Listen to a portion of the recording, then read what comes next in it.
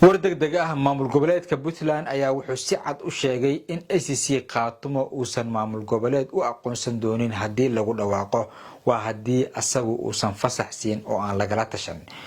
warkan oo faahfaahsan ayaa ku haya fadlan muuqaalkan shargare war qoraal ah oo ka soo baxay wasaaradda arrimaha gudaha ee maamul goboleedka Puntland ayaa waxa lagu sheegay in gobolada ACC qaatumo ee maamul goboleedka loo dhisayo ay yihiin gobollo Puntland ka tirsan Sool iyo Cayn ay sheegeen inay ka mid yihiin dhulka weyn ee Puntland dawladda ay ka taliso isla markaana aysan noqon doonin maamul goboleed gooni ah arintaasna ay ku mitidi doonaan sidii aysan u suurtagali lahayn.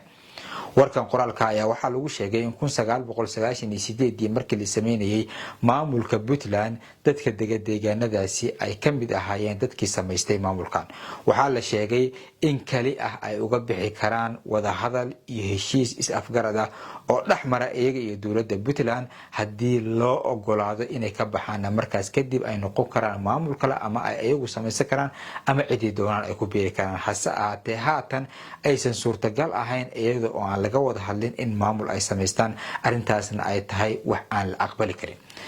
dawladda goboleedka Puntland ayaa waxa ay sheegtay in ay muhiim tahay in ayada marka hore lagala tashado oo ay fasaxdo waxa ay dawladda Puntland soo hadal qaaday halgankii ka dhacay magaalada Laascaanood laga soo bilaabo Febraayo sanadkii 2023 ilaa sidoo kale Agoosto dhamaadkeedii waqtigii Soomaaliland halkaas laga saaray oo ay sheegeen in ay ciidamo lixaad halkaas geeyeen hub maal iyo dad iyo askar intaba ay uga dhinteen ahaatee ay markii laga saaray kooxdaasi halkaas ay soo jeediyeen shir weyn oo looga tashanayo aayaha dadka dega Laascaanood iyo sidii ay Puntland uga mid noqon lahaayeen laakiin arintaasi meel kale looga leexiyay waxa ay sheegeen gabi ahaanba ACC qaatumo inaysan aqoonsan doonin iyada oo aan gacanta Puntland lagu saxiixin inay maamul goboleed noqoto. haddaba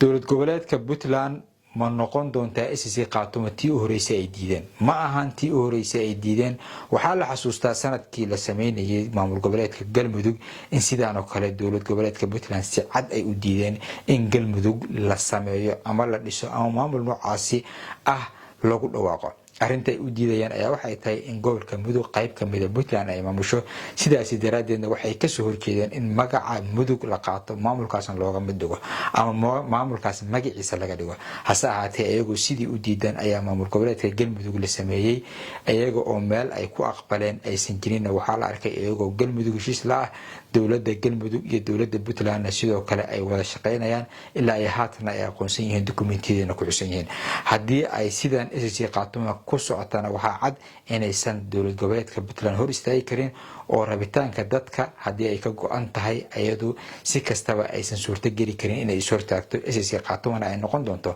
maamul dhameystiran oo aan u istaagin hadalka dawlad goboleedka Puntland. haddaba daawade adiga maxay kula muuqataa in Puntland sidaasi u hadasho maxaasidnimo ay ka tahay mise si kale ayaa jirto oo siyaasad xumo ayaad u qiilinaysa arintan.